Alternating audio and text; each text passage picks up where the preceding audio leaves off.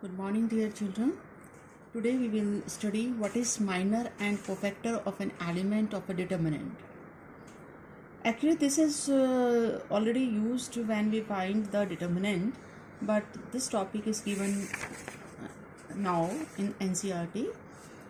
So, minor of an element, Aij of a determinant is the determinant obtained by deleting its ith row and jth column, and we denote the minor of an element Aij by Mij. मतलब अगर हम A12 element का minor निकालना है तो हम first row और second column को डिलीट कर देंगे और रिमेनिंग जो एलिमेंट्स बचेंगे उनका determinant that is called minor. And cofactor of an element is denoted by Aij and it is equal to -1 to the power I plus j Mij. जैसे एक book का क्वेश्चन है, ये question second first part. In this let us find the minor of the elements of the first row. तो A11 का minor will be denoted by M11 and it is obtained by deleting first row and first column. First row first column को delete कर देंगे, remaining elements ये बचे, इसका जो determinant होगा that is called its minor. So its determinant is 5 to the 10 plus 1 हो जाएगा 11. और कोफैक्टर, इस एलिमेंट का कोफैक्टर A11 होगा and it is equal to -1 to the power 1 plus 1 into M11 and M11 is 11. So it becomes 11. M12 means minor of A12 element. A12 element is this. Its minor will be obtained by deleting the first row and second column. First row, second column. Delete कर देंगे तो remaining elements 3 minus 1 0 2. इसका हम determinant निकालेंगे that is 6 minus 0 that is 6. And its cofactor of A12 element will be capital A12 and it is equal to -1 to the power 1 plus 2. ये जो हमारे indices है इनका सम that is -6. M13 is obtained by deleting the first row and third column. So 3 5 0 1 and it is 3 minus 0 that is 3.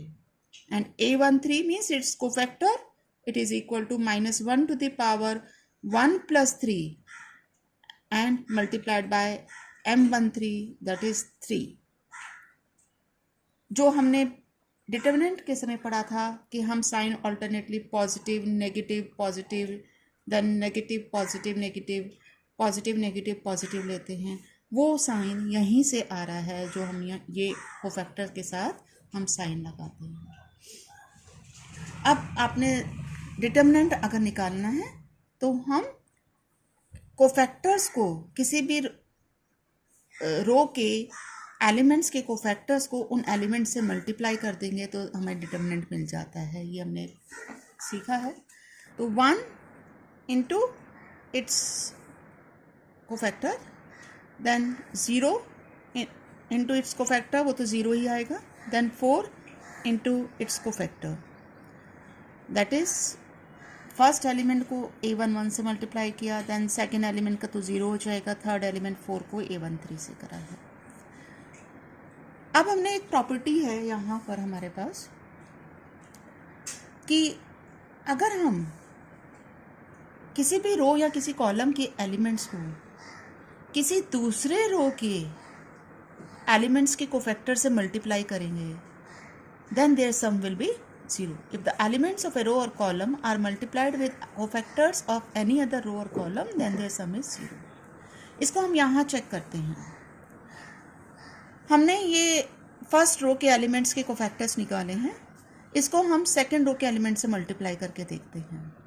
तो 3 into A11 that is 33, 5 into A12 that is -630, then -1 into A13 that is -3. It is coming 0. So this is an important property.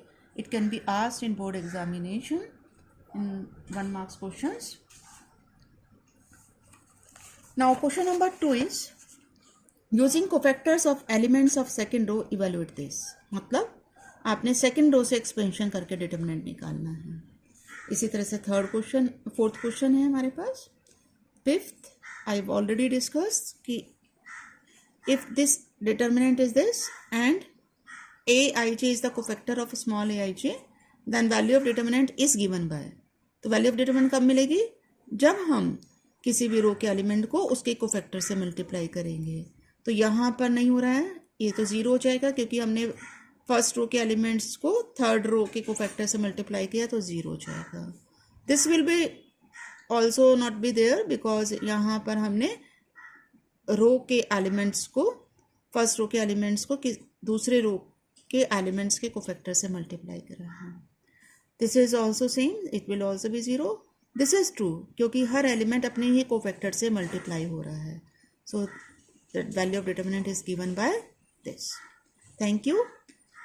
Now complete this exercise.